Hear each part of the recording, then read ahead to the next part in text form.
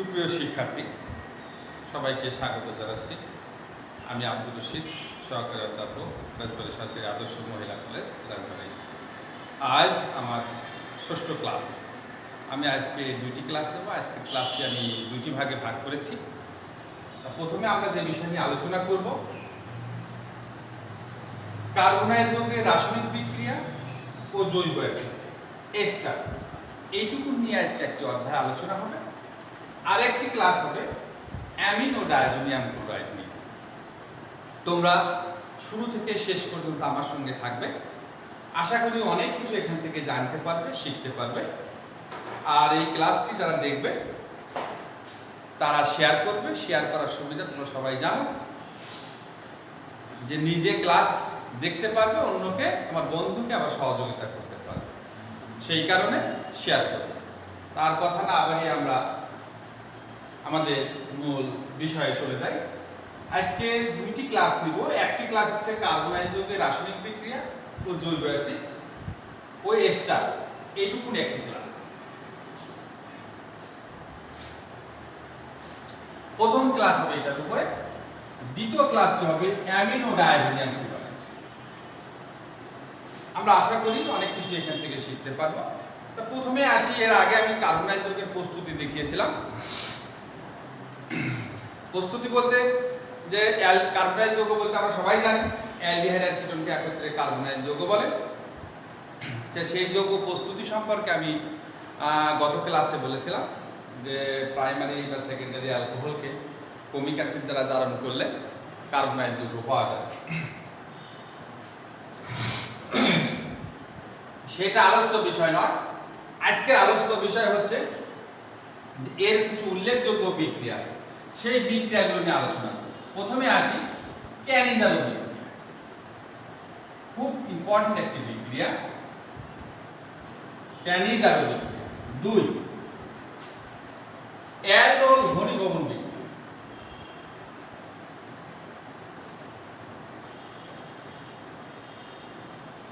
ঘনীভবন বিক্রিয়া।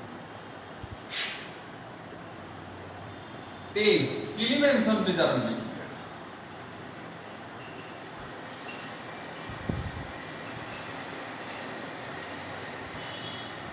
এই তিনটা বিক্রিয়া আমরা আলোচনা করব। আমরা একটু বুঝতে চাই ক্যানিজারো বিক্রিয়া কি। বলা হয়েছে যে সমস্ত অ্যালডিহাইডের মধ্যে আলফা হাইড্রোজেন নেই, তারা গাঢ় ক্ষারের উপস্থিতিতে যুগপৎভাবে জারিত ও বিজারিত হয়ে যথাক্রমে জৈব অ্যাসিডের লবণ এবং সমসংখ্যক কার্বন বিশিষ্ট অ্যালকোহল তৈরি হয়। এই বিষয়টি আমি আজকে দেখাবো। বিক্রিয়ার আলোকে দেখাই তাহলে সুবিধা হয়। তাহলে ক্যানিজারো বিক্রিয়া কি? যে সমস্ত অ্যালডিহাইডের মধ্যে আলফা হাইড্রোজেন নেই, তাদের দুই অণু, এক অণু জারিত হবে আর এক অণু বিজারিত হবে। জারিত হওয়া অণুটা জৈব অ্যাসিড হবে আর বিজারিত হওয়া অণুটি অ্যালকোহল হবে। আমি দেখাই বিক্রিয়াটি। HCHO ফর্মালডিহাইড এর আর এক অণু যদি নেই, বা একবারে দুই অণু নিলাম, আর আমি আরো উপরে যদি আমি এভাবে সোডিয়াম হাইড্রোক্সাইড দেখাই, 50% সোডিয়াম হাইড্রোক্সাইড, তাহলে কি হয়?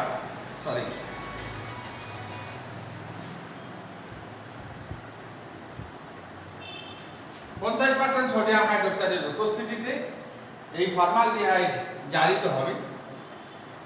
জারিত হলে HCOH হবে। কিন্তু যেহেতু এটা ক্ষার, এই ক্ষারের উপস্থিতিতে আবার এই হাইড্রোজেনটা প্রতিস্থাপিত হবে সোডিয়াম দ্বারা। আর আমরা জানি অ্যালডিহাইড যদি বিজারিত হয় তাহলে সমসংখ্যক কার্বন বিশিষ্ট অ্যালকোহল হয়। এখানে এক কার্বন বিশিষ্ট অ্যালডিহাইড ছিল, তাহলে এক কার্বন বিশিষ্ট অ্যালকোহলের নাম কি? মিথাল। তাহলে আমরা বলতে পারি যে এটা একটা ক্যানিজারো বিক্রিয়া। কিন্তু আমার শর্ত কি? ক্যানিজারো বিক্রিয়ার শর্ত, আমি প্রথম শর্ত হচ্ছে ওই অ্যালডিহাইডের মধ্যে আলফা হাইড্রোজেন থাকা চলবে। আলফা হাইড্রোজেন থাকলে সে ক্যানিজারো বিক্রিয়া দিবে। আর আলফা হাইড্রোজেন কি, বিষয়টি পরিষ্কার করার জন্য আমি এখানে একটা উদাহরণ টানতে চাই। বলা হয়েছে এই CHO মূলক যে কার্বনের সাথে সংযুক্ত থাকবে সেই কার্বনকে আলফা কার্বন বলবো। এবার এই আলফা কার্বনের সাথে যে হাইড্রোজেনগুলো থাকবে তাদেরকে আলফা হাইড্রোজেন, যেমন অ্যাসিটালডিহাইড এই যৌগটির নাম তোমরা জানো CH3CHO, তাহলে এই কার্বনে তিনটা আলফা হাইড্রোজেন আছে, সুতরাং এ কিন্তু ক্যানিজার বিক্রিয়া দিবে। কিন্তু আমি যদি এই মুহূর্তে এই হাইড্রোজেনগুলো মুছে দেই, ক্লোরিন দেই, এখানেও যদি ক্লোরিন দেই, এখানে যদি ক্লোরিন দেই, এটার নাম হয়ে গেছে ট্রাইক্লোরো অ্যাসিটালডিহাইড বা ক্লোরাল। এই যৌগটি এটাও অ্যালডিহাইড, কিন্তু এই আলফা কার্বনে কোনো হাইড্রোজেন নেই, আছে কি ক্লোরিন, সেই কারণে এ কিন্তু ক্যানিজার বিক্রিয়া দিবে। তাহলে আমি কথাটা বোঝাতে পারছি কিনা? যেমন এই ফর্মালডিহাইড কেন দিছি, এই CHO মূলক আছে, এর সাথে কোনো কার্বনই নেই, সুতরাং কার্বন না থাকলে আলফা হাইড্রোজেনের প্রশ্নই আসে না। আগে থাকতে হবে আলফা কার্বন, তারপরে দেখতে হবে আলফা হাইড্রোজেন আছে কি নেই। সেই আলোকে আমরা যদি প্রশ্ন আসে যে অ্যাসিটালডিহাইড ক্যানিজার বিক্রিয়া দেয় না, এখানে যদি H দেই, এটা যদি H করি, এটাও যদি H করা হয়, পরীক্ষায় অনুধাবনমূলক কোশ্চেনে ধরা যাক এসেছে যে অ্যালডিহাইড অ্যাসিটালডিহাইড ক্যানিজার বিক্রিয়া দেয় না, কিন্তু ফর্মালডিহাইড দেয় কেন? এর একেবারে এক কথায় উত্তর, একটি অ্যালডিহাইডের মধ্যে আলফা হাইড্রোজেন আছে আর একটির মধ্যে নেই। এই হলো সহজ। এবার আসি আমরা এর পরের বিক্রিয়া, আমি লিখেছিলাম অ্যালডোল ঘনীভবন বিক্রিয়া। অ্যালডোল ঘনীভবন বিক্রিয়া কি সেটা আমরা এই ক্যানিজার বিক্রিয়ার উল্টা কথা বলবো। যে সমস্ত অ্যালডিহাইডের মধ্যে আলফা হাইড্রোজেন আছে তারা লঘু ক্ষারের উপস্থিতিতে দুই অণু একত্রিত হয়, এমনভাবে একত্রিত হয় যে ওই যৌগটির মধ্যে একই সঙ্গে OH মূলক, একই সঙ্গে CHO মূলক সৃষ্টি হয়। তবে বিটা কার্বনে OH সংযুক্ত হয় বা বিটা কার্বনে OH মূলক সৃষ্টি হয়ে যায়, মানে দুই অণু আলফা হাইড্রোজেন যুক্ত অ্যালডিহাইড বা কিটোন পরস্পর এমনভাবে সংযুক্ত হয় যে বিটা কার্বনে OH সৃষ্টি হয়। এই জন্য এটাকে বলা হয় বিটা হাইড্রোক্সি অ্যালডিহাইড যৌগ বলা হয়। তাহলে যে যৌগের মধ্যে একই সাথে OH মূলক এবং CHO মূলক থাকে তাকে আমরা অ্যালডোল যৌগ বলি। অ্যালডোল এই কথার যদি তাৎপর্য ব্যাখ্যা করা যায়, অ্যালডোল মানে এইটুকু হচ্ছে অ্যালডিহাইডের অ্যাল্ট, আর এই অল হচ্ছে অ্যালকোহলের অল, এই জন্য বলা হয় অ্যালডোল। আমি বিক্রিয়াটি বা এই অ্যালডোল ঘনীভবন বিক্রিয়াটি আমি ব্যাখ্যা করার জন্য একটি উদাহরণ নেই, অ্যাসিটালডিহাইড। যেহেতু অ্যাসিটালডিহাইডের মধ্যে আলফা হাইড্রোজেন আছে, CH3CHO, H2CH, এখানে লঘু ক্ষার দিতে হবে, যেমন আগেরটায় আমরা গাঢ় ক্ষার দিয়েছিলাম, এখানে দিতে হবে লঘু ক্ষার। এখন CH3CHO আর HCH2CHO এই দুই অণু পরস্পর সংযুক্ত হবে। তো সংযুক্ত হওয়ার সিস্টেম কি? আমি যদি এই CH2 মূলককে আমি এভাবে একটু ভেঙে দেখাইতাম তাহলে মন্দ হয় না। তাহলে কি হয়, এক অণুর একটা আলফা হাইড্রোজেন আর CHO মূলকের এই অক্সিজেন মিলে এখানে সৃষ্টি হবে এইভাবে CH3COH, বিষয়টি ক্লিয়ার করে। এই CH3 এটা, এই CH এটা, এই H আর এই O মিলে OH, আর এই CH2 এই CH। তাহলে এবার এই CH মূলক যে কার্বনের সাথে সংযুক্ত আছে এটা আলফা, পরেরটা কি বিটা, তারপরটা কি গামা। এই যে বিটা কার্বন OH মূলক সৃষ্টি হয়েছে, আর এই যৌগটির মধ্যে যদি আমরা একটু লক্ষ্য করি, একই সাথে দুইটা কার্যকরী মূলক বা ফাংশনাল গ্রুপ রয়েছে, একটি অ্যালডিহাইড মূলক, একটি হাইড্রোক্সি মূলক বা অ্যালকোহলিক মূলক। যেহেতু দুইটা মূলকই আছে, অ্যালডিহাইডের অ্যাল্ট, অ্যালকোহলের অল, এই জন্য এই যৌগটাকে বলা হয়েছে অ্যালডোল। তবে এই যৌগটিকে একটু তাপ দিলে খুব সহজেই এই আলফা আর বিটা কার্বন থেকে হাইড্রোজেন আর বিটা কার্বন থেকে OH মূলক খুব দ্রুত অপসারিত হয়ে যায়, একটু তাপ দিলেই হয়। সেটা কেমন, যদি এখান থেকে একটা হাইড্রোজেন চলে যায়, এখান থেকে যদি OH চলে যায়, তাহলে এখন পানি বের হয়ে গেল, তাহলে সংকেতটা কেমন হয়, CH3 CH, এটা ডাবল বন্ড হয়ে যাবে, এখানে CH হয়ে যাবে, এখানে CH হয়ে যাবে, যোগ পানি। তোমরা দেখতে পাচ্ছ অবশ্যই এটার নাম আলফা বিটা অসম্পৃক্ত অ্যালডিহাইড, জেনারেল নাম। আলফা বিটা অসম্পৃক্ত অ্যালডিহাইড কেন বলা হয়েছে? যে এটা হচ্ছে আলফা কার্বন, এটা হলো বিটা কার্বন। আলফা বিটা কার্বনের মধ্যে ডাবল বন্ড রয়েছে, এজন্য আলফা বিটা অসম্পৃক্ত অ্যালডিহাইড বলা হয়। জেনারেল নাম, কিন্তু স্পেসিফিক নাম এটাকে বিভিন্নভাবে ডাকা হয়েছে। 2 বিউটিনাল বা বিউটিনাল 2 বিউটিনাল অথবা কোটোনালডিহাইড, এটা জেনারেল নাম কোটোনালডিহাইড। যদি পরীক্ষায় আসে অ্যাসিটালডিহাইড থেকে কিভাবে কোটোনালডিহাইড পাবে, উত্তর কিন্তু কিভাবে, প্রথমে অ্যালডোল ঘনীভবন বিক্রিয়া ঘটিয়ে প্রথমে অ্যালডোল যৌগ পাবো, পরবর্তীতে অ্যালডোল যৌগকে তাপ দিলে কোটোনালডিহাইড বা 2 বিউটিনাল পাবো। এভাবে আমরা পাইতে পারি। এখন যাদের মধ্যে আলফা হাইড্রোজেন, যদি এই আলফা হাইড্রোজেন না থাকতো তাহলে কি ওই সৃষ্টি হতে পারতো? পারতো। সেই কারণেই আমরা খুব সহজেই বলতে পারি যাদের মধ্যে আলফা হাইড্রোজেন আছে তারাই শুধুমাত্র সে অ্যালডিহাইড হোক আর কিটোন হোক, তারা লঘু ক্ষারের উপস্থিতিতে দুই অণু একত্রিত হয়ে অ্যালডোল নামক যৌগ সৃষ্টি করে। আশা করি কথাটি বা আশা করি বিষয়টি বুঝাইতে পেরেছি। এবার আমরা পরের টপিকসে চলে যাই। কিলি-মেনসন-বিজারণ বিক্রিয়া। এই বিক্রিয়াটি আমার আগের ক্লাসে ছিল, আমি এটা না বললেও চলে, জাস্ট মৌখিক একটু বলে যাই, না বললেও চলবে। এখানে আমরা বলি কিলি-মেনসন-বিজারণ বিক্রিয়া কার্বনাইল মূলক মিথিলিন মূলকে রূপান্তর হয়। এখানে জিঙ্ক অ্যামালগাম আর গাঢ় স্থিরের উপস্থিতিতে জিঙ্ক অ্যামালগাম, জিঙ্ক আর মার্কারি মিলে সংকর ধাতু আর গাঢ় HCl এর উপস্থিতিতে যে কোনো কার্বনাইল যৌগ, যেমন CH3 আমি লিখতে চেয়েছিলাম না, তারপর আবার লিখলাম ধারাবাহিকতার সাথে। এটা যদি আমি বিক্রিয়া ঘটাই, এই CO মূলকটি কি হয়ে যাবে? CH2 মূলকে রূপান্তর হয়ে যাবে, যোগ পানি। একে আমরা কিলি-মেনসন-বিজারণ বিক্রিয়া বলে থাকি। অর্থাৎ কার্বনাইল যৌগ জিঙ্ক অ্যামালগাম গাঢ় স্থিরের উপস্থিতিতে এই কিটোনিক মূলক মিথিলিন মূলকে রূপান্তর হয়ে যায়। এটা মিথিলিন মূলক, এটা কার্বনাইল মূলক। কার্বনাইল মূলক কনভার্ট টু মিথিলিন মূলক যে বিক্রিয়ায় হয় সেটার নামই হচ্ছে কিলি-মেনসন-বিজারণ। এর পরের টপিকে চলে যায়। পরের বিষয় এই অ্যালডিহাইড কিটোনের মধ্যে আমাদের অ্যালডিহাইড কিটোনের মধ্যে পার্থক্য করার কিছু উপায় আছে। এটা আমাদের আলোচ্য বিষয়, এটা খুবই গুরুত্বপূর্ণ, এটা প্র্যাকটিক্যালও আছে, ব্যবহারিক পরীক্ষাও তোমাদের এটা করতে হয় যে কোনটা কার্বনাইল যৌগ বা কার্বনাইল যৌগের কোনটি অ্যালডিহাইড কোনটি কিটোন। এটা পার্থক্য করার উপায় হচ্ছে যে বিশেষ বিকারক রয়েছে, একটা টলেন বিকারক,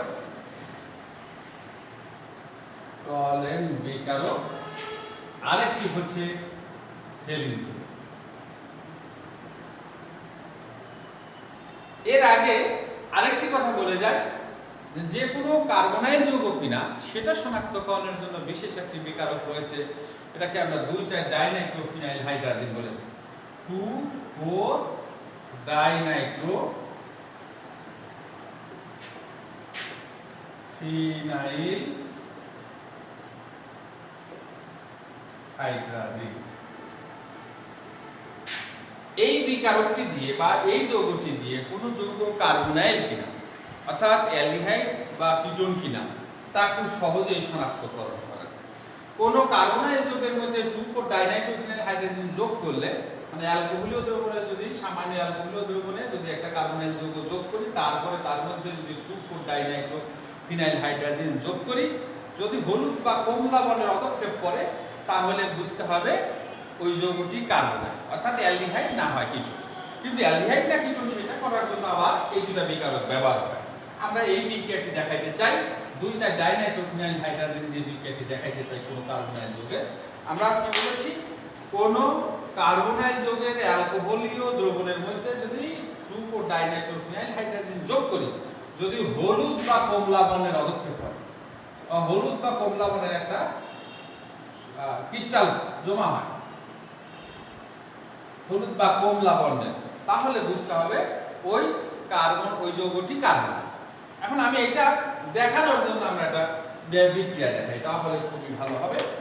যেমন CH3COH, এটা তার অ্যাসিটালডিহাইড। অ্যাসিটালডিহাইড একটি কার্বনাইল যৌগ, অর্থাৎ অ্যালডিহাইড আর কিটোনকে একত্রে কার্বনাইল যৌগ বলা হয়। এখন 2,4-ডাইনাইট্রোফিনাইল হাইড্রোজেনের সংকেতটা দেখুন, NH2 NH এখানে একটা নাইট্রোমূলক ব্রেক, এটার সাপেক্ষে এটা 2 আর এটার সাপেক্ষে একটা এটা 2, দুই সাইড ডাইনাইট্রো ফিনাইল হাইড্রোজেন। তার মানে হচ্ছে এই যৌগটার নাম হলো 2,4-ডাইনাইট্রোফিনাইল হাইড্রোজেন। এখন যদি বিক্রিয়া ঘটানো যায় তাহলে কি হবে, 2,4-ডাইনাইট্রোফিনাইল হাইড্রোজেনের এইখান থেকে H2 আর এখান থেকে O মিলে পানি হয়ে বের হয়ে যাবে, তখন এই যৌগটার নাম হবে, জেনারেল নাম বলা হয় হাইড্রোজেনের জায়গায় এটার নাম ছিল অ্যাসিটালডিহাইড, এটার নাম ছিল 2,4-ডাইনাইট্রোফিনাইল হাইড্রোজেন, এখন বলতে হবে অ্যাসিটালডিহাইড 2,4-ডাইনাইট্রোফিনাইল হাইড্রোজেন, এভাবে সাধারণ নাম বলা হয়। অর্থাৎ হাইড্রোজেন এভাবে যখন বিক্রিয়া করে তখন হাইড্রোজেন বলা হয়। তাহলে এইটুকু যদি চলে যায় পানি হিসাবে বের হয়ে যায় তাহলে থাকে CH3, তারপরে কি সি এই ডাবল টার্ম দিয়ে এখানে N, তারপরে এই Nটা NH2 থেকে এই H2 চলে গেলে থাকে N, তারপর NH, তারপরে এই আগের চিত্র হুবহু, কোনো চেঞ্জ নাই। এটা হলুদ হতে পারে, কমলাও হতে পারে।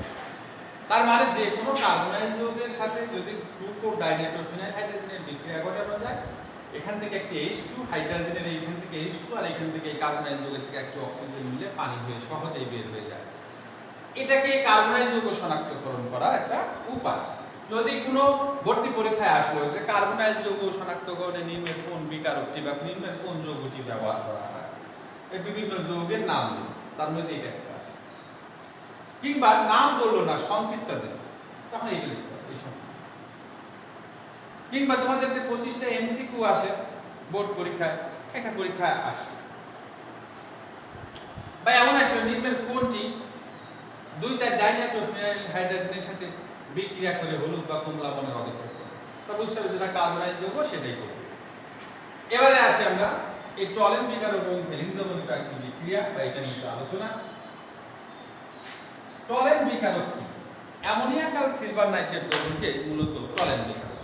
কেউ যদি বলে টলেন বিকারক কি, বা এক কথায় ক নাম্বার কোশ্চেনে জ্ঞানমূলক পরীক্ষায় আসলো, জ্ঞানমূলক কোশ্চেনে আসলো যে টলেন বিকারক, তাহলে আমি খুব সহজে উত্তর দেবো যে অ্যামোনিয়া কাল সিলভার নাইট্রেট দ্রবণকেই টলেন বিকারক। এখন টলেন বিকারকের চেহারাটা কেমন? আসলে টলেন বিকারক তৈরিও করা যায়, আবার বাজারে সরাসরি আমরা কিনতেও পারি। Diamine silver hydroxide, diamine silver হাইড্রোক্সাইডকে আমরা টলেন বিকারক বলে থাকি।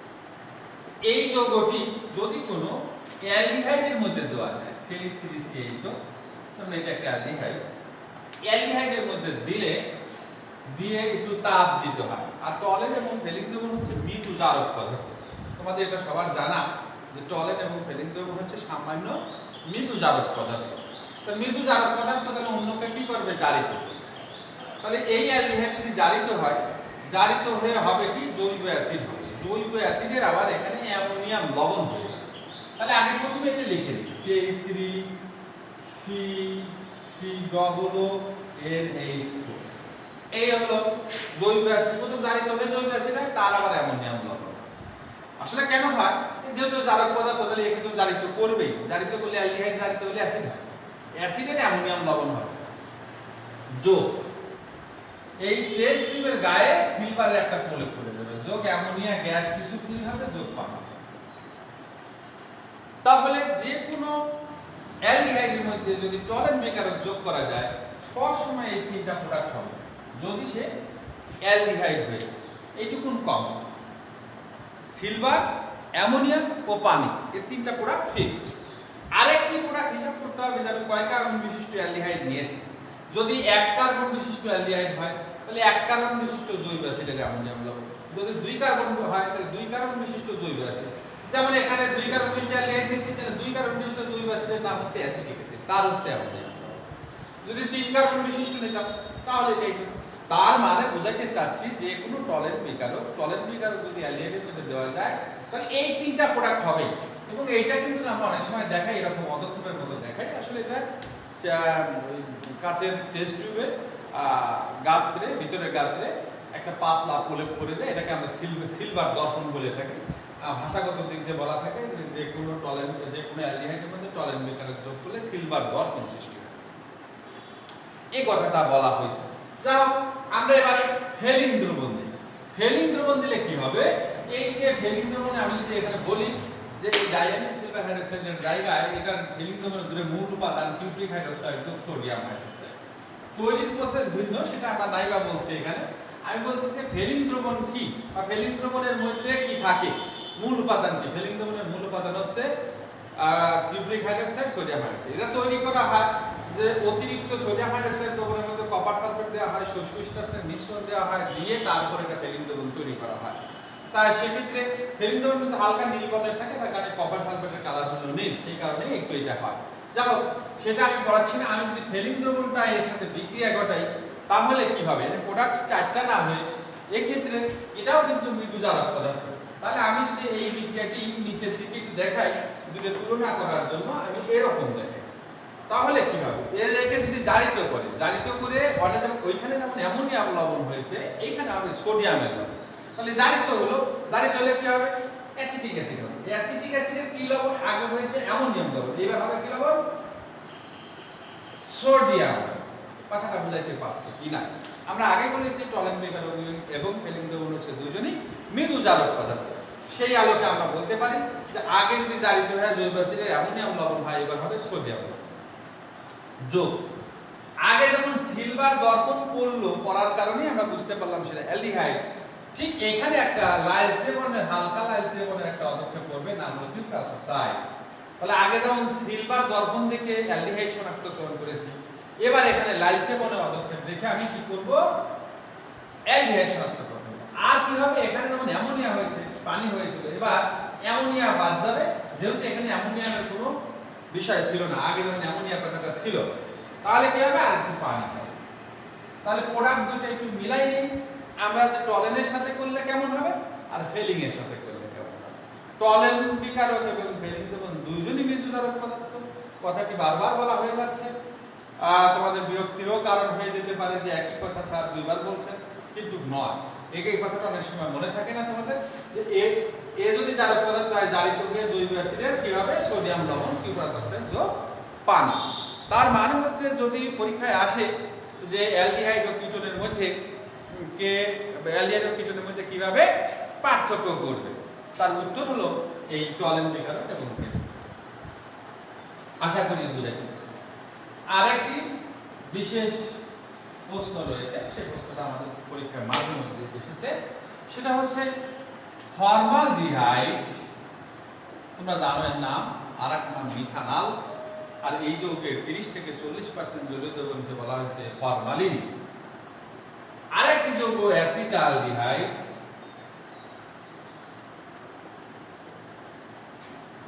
আরেকটি যৌগের নাম CH3COCH3। এটা অ্যালডিহাইড যৌগের বা অ্যালডিহাইড গোত্রের প্রথম সদস্য, অ্যালডিহাইড গোত্রের দ্বিতীয় সদস্য, আর কিটোন যৌগের প্রথম সদস্য এই অ্যাসিটোন। এটার নাম হচ্ছে ডাইমিথাইল কিটোন বা অ্যাসিটোন। এই তিনটা বিকারক বা এই তিনটা যৌগ দিয়ে কখনো কখনো কোশ্চেন আসছে যে এই তিনটা যৌগ সকলেই কেন্দ্রাকর্ষী সংযোজন বিক্রিয়া দেয়। আমরা বিষয়টা লিখি, তাহলে একটু ভালো হয়, তোমরা খাতা কলম নিয়ে কিছু লিখতে পারো।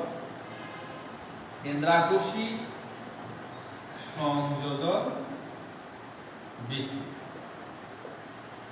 কেন্দ্রাকর্ষী সংযোজন বিক্রিয়া অর্থাৎ সংযোজন বিক্রিয়াই হবে, কিন্তু প্রথমে নিউক্লিওফাইল আক্রমণ করে একটা মাত্র প্রোডাক্ট তৈরি করে, তাকে আমরা কেন্দ্রাকর্ষী সংযোজন বিক্রিয়া বলে থাকি। আমি একটু পরে উদাহরণ দিয়ে ব্যাখ্যা করব। বা কেন্দ্রাকর্ষী সংযোজন বিক্রিয়া সকলেই দেয়, ফর্মালডিহাইড বা কার্বনের যৌগ বলতে তারা কেন্দ্রাকর্ষী সংযোজন বিক্রিয়া খুব সহজেই দেয়। তাহলে আমি যদি বলি যে কার্বনের যৌগ কোন ধরনের বিক্রিয়া দিতে বেশি পছন্দ করে, উত্তর হবে কেন্দ্রাকর্ষী সংযোজন। এখন কেন্দ্রাকর্ষী সংযোজন বিক্রিয়ার তীব্রতা বা গতিবেগ বা সক্রিয়তা সবচাইতে বেশি ফর্মালডিহাইডের সাথে বেশি সক্রিয়, তারপরে একটু কম সক্রিয় অ্যাসিটালডিহাইড, তারপর আরো কম সক্রিয় অ্যাসিটোন। এখানে প্রশ্ন আসতে পারে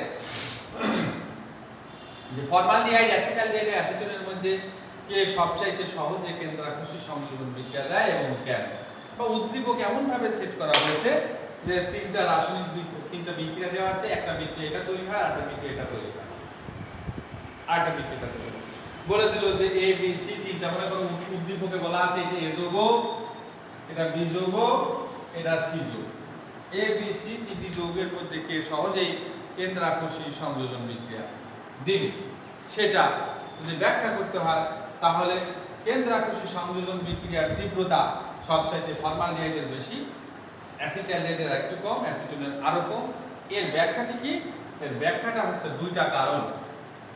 সেটা হচ্ছে একটাকে বলা হয়েছে স্টেরিক বাধা, আর একটা বলা হয়েছে ইলেকট্রনীয় প্রভাব। এই দুইটা দিয়ে ব্যাখ্যা করব। স্টেরিক বাধা, প্রথমে ইলেকট্রনীয় প্রভাবটা বলে থাকি। ইলেকট্রনীয় প্রভাব, ইলেকট্রনীয় প্রভাবটা কি? এটার গাঠনিক সম্পর্কে যদি আমি দেখাই, গাঠনিক ফর্মালডিহাইডের আর ওই দুইটা করা আছে আগেই। এই কার্বনাইল যৌগের এই অক্সিজেনটা হচ্ছে ডেল্টা নেগেটিভ, আর এটা হচ্ছে ডেল্টা কিছুটা পজিটিভ। প্রত্যেকের ক্ষেত্রে এটা কিছুটা ডেল্টা নেগেটিভ, এটা ডেল্টা কিছুটা পজিটিভ, এখানেও ডেল্টা নেগেটিভ, এটা ডেল্টা পজিটিভ। তবে এই কার্বনের উপর পজিটিভিটির স্থায়িত্ব যত বেশি হয় তত সে সহজেই কেন্দ্রাকর্ষী সংযোজন বিক্রিয়া দেয়। এখন আমরা সবাই জানি যে এই ফর্মালডিহাইডে এই CO মূলকের সাথে কোনো ইলেকট্রন দাতা মূলক নেই, এই পাশেও হাইড্রোজেন, এই পাশেও হাইড্রোজেন। কিন্তু অ্যাসিটালডিহাইডে একটা ইলেকট্রন দাতামূলক থাকা এই ইলেকট্রন দাতামূলক এই কার্বনের পজিটিভিটিটা কিছুটা হ্রাস করে দেয়। ফলে নিউক্লিওফাইল, নেগেটিভ চার্জযুক্ত মূলককে নিউক্লিওফাইল বলা হয়। যে কোনো নিউক্লিওফাইল এই কার্বনকে আক্রমণ করতে একটু কম স্বাচ্ছন্দ্য বোধ করে, কারণ এই মিথাইল মূলক এই কার্বনের পজিটিভিটিটা কিছুটা হ্রাস করে দিচ্ছে।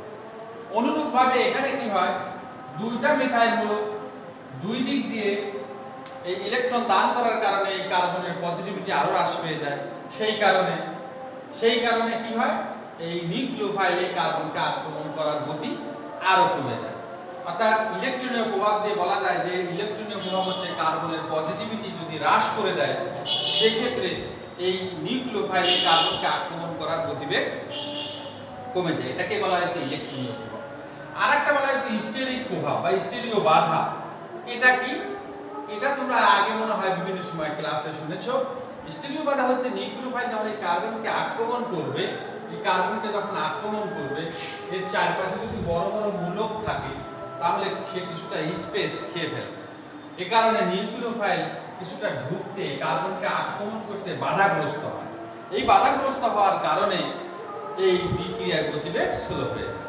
অর্থাৎ স্টেরিক বাধা এবং ইলেকট্রনীয় প্রভাব দিয়ে এই ফর্মালডিহাইড, অ্যাসিটালডিহাইড ও অ্যাসিটোনের মধ্যে এই বিক্রিয়ার গতিবেগ বা সক্রিয়তা ফর্মালডিহাইড, অ্যাসিটালডিহাইড ও অ্যাসিটোনের মধ্যে মানে কেন্দ্রাকর্ষী সংযোজন বিক্রিয়ার সক্রিয়তা ফর্মালডিহাইডের সবচাইতে বেশি, কারণ এখানে ইলেকট্রনীয় প্রভাব সবচাইতে কম, এখানে ইলেকট্রনীয় প্রভাব আরেকটু বেশি, এখানে ইলেকট্রনীয় প্রভাব আরো বেশি। আর স্টেরিক বাধাও একই কথা, এখানে স্টেরিক বাধা সবচাইতে বেশি, এখানে আরেকটু কম, এখানে আরেকটু কম। অর্থাৎ স্টেরিক বাধা যেখানে কম সে বেশি সক্রিয়। কথাটি হয়তো বা বোঝাতে পেরেছি। তারপরেও তোমরা বইয়ের সহযোগিতা নিবে বা এই ক্লাসটি যদি মনোযোগ সহকারে বোঝার চেষ্টা করো, আশা করি বুঝতে পারবে। আমি প্রথমে পড়াইলাম কার্বনাইল যৌগের রাসায়নিক বিক্রিয়া, এইটুকুন আমরা পড়িয়েছি। আমরা একটু বিরতি দিয়ে আবার এটা একটি ক্লাস, এরপরেই আমরা আবার আরেকটি ক্লাস নিব জৈব অ্যাসিড, এস্টার, অ্যামিন ও ডাইজোনিয়াম ক্লোরাইড। ধন্যবাদ সবাইকে। আর সুস্থ থাকি, ভালো থাকি এবং ঘরে থাকি। আল্লাহ হাফেজ।